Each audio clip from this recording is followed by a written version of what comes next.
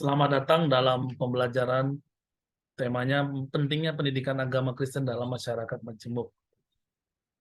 Teman-teman, saudara-saudara terkasih dalam nama Tuhan Yesus, saat ini kita mengetahui bahwa bangsa Indonesia ini sangat benar-benar bangsa yang luar biasa. Bangsa yang memiliki beragam budaya, memiliki pluralisme, memiliki kompleksitas yang begitu luar biasa. Indonesia yang penuh dengan suku agama dan budaya, serta juga saat ini kita ketahui bersama ada beberapa bahasa yang pada awalnya berkembang di peradaban sebelumnya, dan Indonesia adalah bangsa yang besar yang penduduknya mengalami gugusan pulau-pulau. Pluralisme yang yang terjadi yang memberikan label kepada kita bahwa kemajemukan ini sangat penting kita pahami bersama. Dengan luasnya Indonesia dari Sabang sampai Merauke, ini bisa menjadi potensi konflik ya.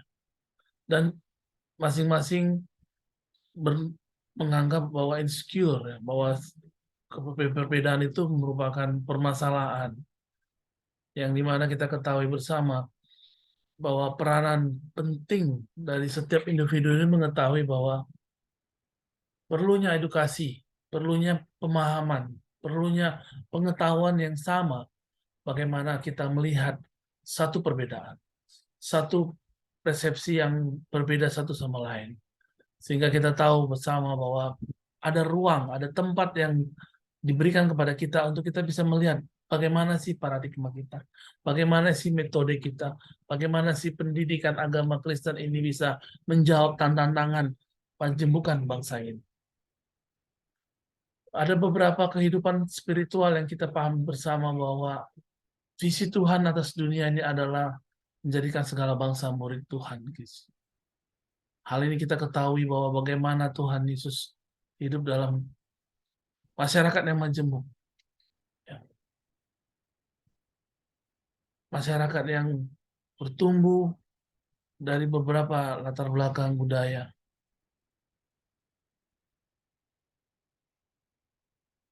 Fakta dan data yang kita ketahui bersama bahwa penduduk Indonesia 275,8 juta jiwa.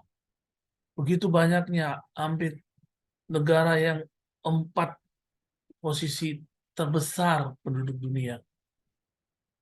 BPJS 2022 menyatakan. Dan ada sekitar 17.508 pulau kalau kita mengacu pada Undang-Undang Nomor 6 Tahun 96 tentang perairan Indonesia. Yang mungkin sekarang sekitar 16.000 sekian yang tercatat. Hal ini menunjukkan bahwa Indonesia sangat beragam. Indonesia sangat diizinkan Tuhan mempunyai dimensi yang luas.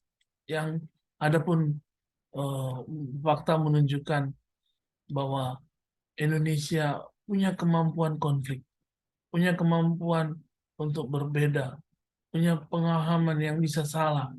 Dan ini sangat tipis bedanya antara kekuatan menjadi satu kelemahan. Oleh sebab itu, teman-teman, saudara-saudara, kita ketahui bersama bahwa fakta dan data ini membuat kita beragam. Bahkan lebih, kalau kita ketahui Indonesia memiliki 300 kelompok etnis, suku, dan bangsa. Tepatnya sekitar 1.340 suku bangsa di tanah air. Dan ini menjadi satu landasan kita. Kalau kita tinjau dari analisis histori empiris terhadap masalah-masalah di seputar kemajemukan, yang paling pertama adalah eksklusivitas. Eksklusivitas ini adalah satu tindakan di mana bahwa manusia itu sangat ingin sendiri dinomor satukan. Eksklusif dikatakan di sini bahwa ingin bahwa pemikiran saja yang benar, permasalahan orang lain tidak perlu. Dan hal ini stop. Kita lanjutkan bahwa eksklusif itu merasa diri paling benar, merasa bahwa punya kemampuan ekstra, dan sehingga orang lain memilih tidak punya apa-apa dan tidak mengalami apa-apa. Sikap ini menjadi satu permasalahan di lapangan bahwa eh, kita terdiri dari beberapa macam segmen manusia. Kemudian Bapak Ibu, saudara-saudara terkasih, yang menjadi permasalahan dalam masyarakat majemuk adalah prasangka, stereotip dan diskriminasi. Kita menganggap bahwa kita ini berbeda sehingga orang lain tuh harus sama dengan kita. Kita melabelkan orang lain. Kita menganggap orang lain itu harus seperti kita. Dan ini menjadi persoalan yang timbul dalam masyarakat majemuk. Ini menjadi persoalan yang sangat konflik dan itu menjadi diskriminasi.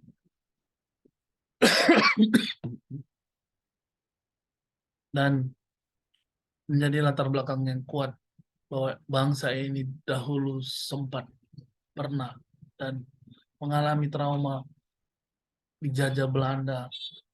Dan ini fakta sejarah bahwa kita mengalami namanya diadu domba. Kita mengalami satu catatan sejarah bahwa kita itu satu sama lain dipecah belah, satu sama lain eh, diprovokasi untuk diambil keuntungan oleh pihak-pihak tertentu.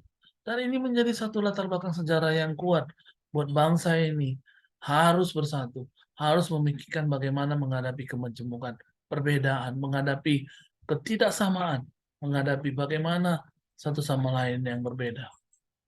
Oleh sebab itu kita bisa melihat bahwa konklusinya apa.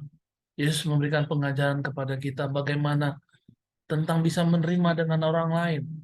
Bagaimana kita tidak membedakan satu sama lain. Dalam kisah para rasul 10 ayat 35, 34, dan 35. Petrus mengadakan dialog bahwa dia mengerti bahwa Allah tidak membedakan orang. Setiap orang dari bangsa manapun yang takut akan dia akan mengamalkan kebenaran dan berkenan kepadanya. Tujuan Tuhan untuk kita adalah bagaimana kita membentuk cita-cita luhur bangsa ini. Bagaimana Pancasila begitu erat dan kuatnya menyatukan hubungan satu sama lain. Menjadi dasar, menjadi ideologi bangsa ini.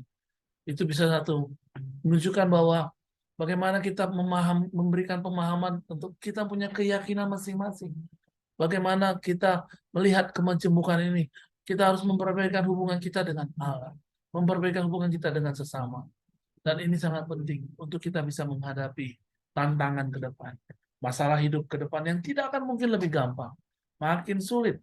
Oleh sebab itu kita bisa melihat kemajemukan itu menjadi satu kekuatan yang besar. Kita bersama-sama. Ya, kita akan kita membangun karakter watak yang kuat. Kita bahkan memberikan pelatihan dan pelayanan ke setiap orang. Bahwa kita berbeda namun kita satu. Yesus mau kita semua mengerti bahwa hidup ini harus menjadi satu kesatuan. Hidup ini harus berjalan dengan apa yang Tuhan mau. Apa yang ingin Tuhan mau dalam hidup kita. Ketika Paulus mengetahui bahwa dia dahulu menganiaya orang, dia dulu sangat rentan dengan emosi, dengan dendam, dengan roh pembunuhan. Bahkan hampir 3.000-an dia membantai orang-orang Kristen, orang yang pengikut Kristus pada saat itu. Ketika dia berubah, dia bertemu dengan Tuhan. Dan itu dia melihat orang lain. Mengasihi orang lain seperti dirinya sendiri. Dia memilih lahir baru. Dia memilih untuk percaya kepada Tuhan. Bahwa Tuhan juga melihat semua bangsa tidak dibeda-bedakan. Paulus mengajar bahwa bagaimana kita harus menjadi guru yang baik. Menjadi teladan. Menjadi tokoh. Menjadi seorang punya konsep pemikiran terhadap orang lain.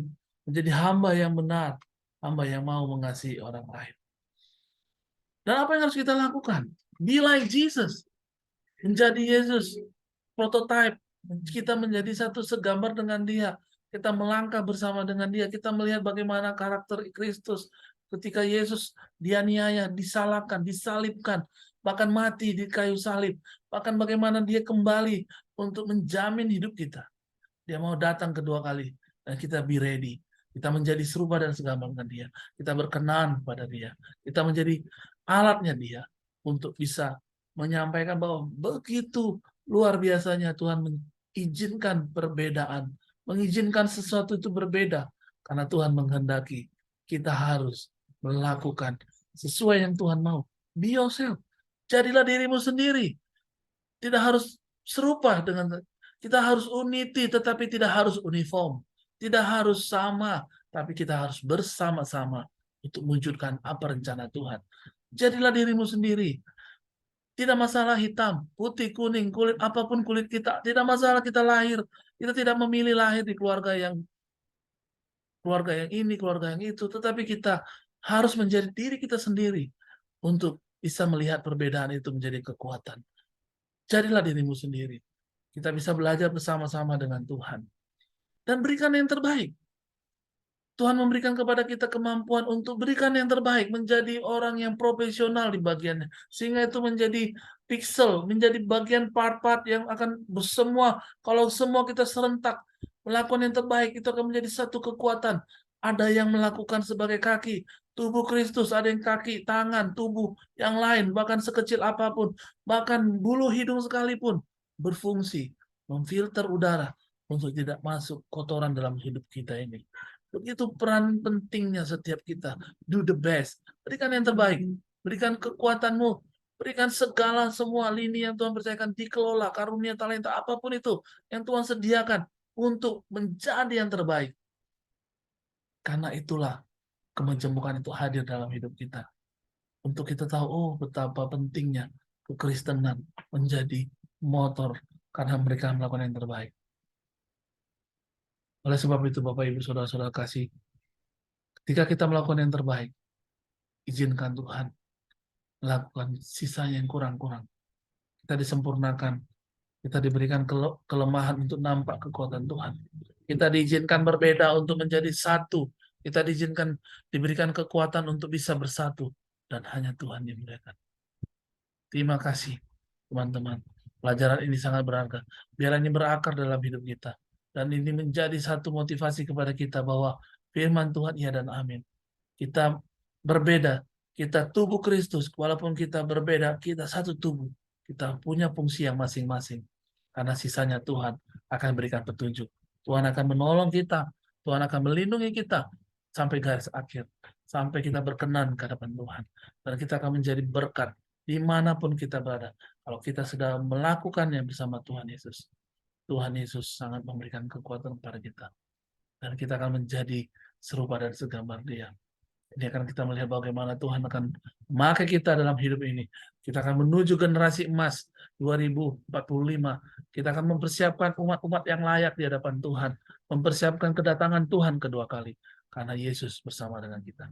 Tuhan Yesus memberkati. Shalom.